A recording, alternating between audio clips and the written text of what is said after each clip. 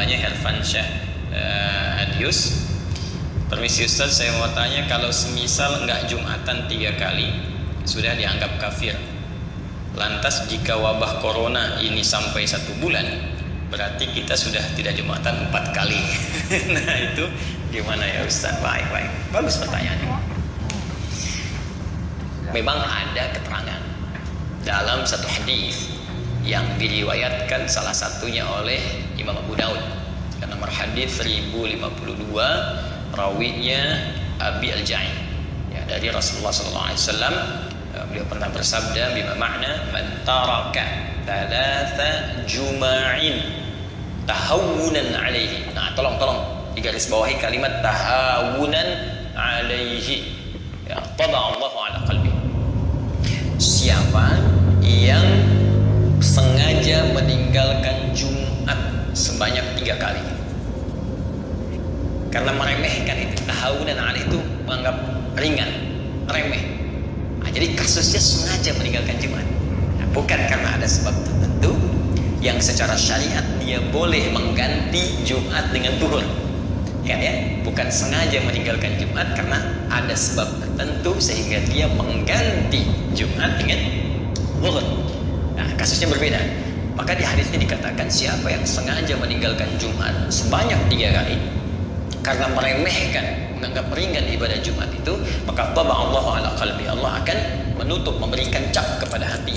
Ya, taba sama dengan khatama, ya, sama dengan Al-Baqarah ayat ke-7 itu ketika Allah mengatakan khatamallahu ala qulubihim wa ala sam'ihim wa ala absarihim ghishawa wa lahum adzabun adzim. Maka diancam oleh Allah Subhanahu wa taala, hati-hati.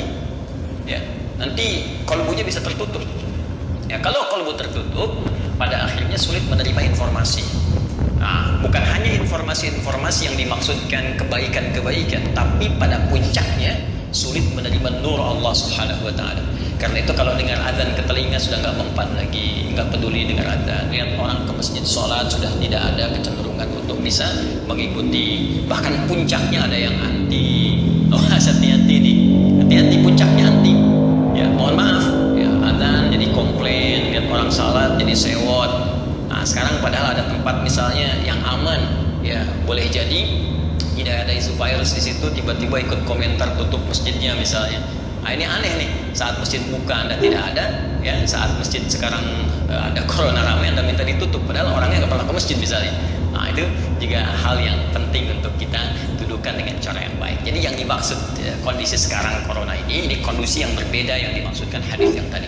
Ya, karena itu penting kita mengkaji secara detail sehingga tidak salah paham atau pahamnya yang salah.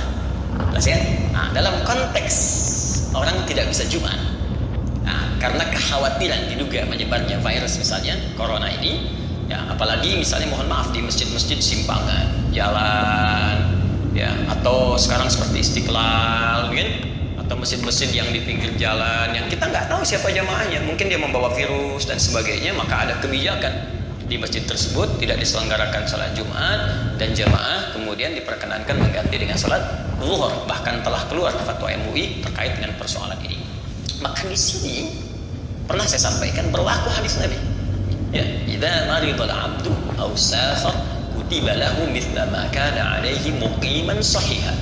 Kalau seorang hamba punya uzur, bahkan uzurnya pun ya bisa sakit, bisa karena penyakit tertentu, bahkan kalaupun nggak ada penyakit, safar kata Nabi, safar perjalanan jauh, ya, karena ada masyaqqah, kesulitan tertentu. Jadi ilat perjalanan itu, sebab perjalanan itu bisa karena panjangnya jadi lelah, atau bisa karena kedua masyaqqah, kesulitan dalam perjalanan itu yang menyebabkan ia tidak mampu mengerjakan rutinitasnya, dia nggak bisa Jumat, kemudian dia kerjakan zuhur.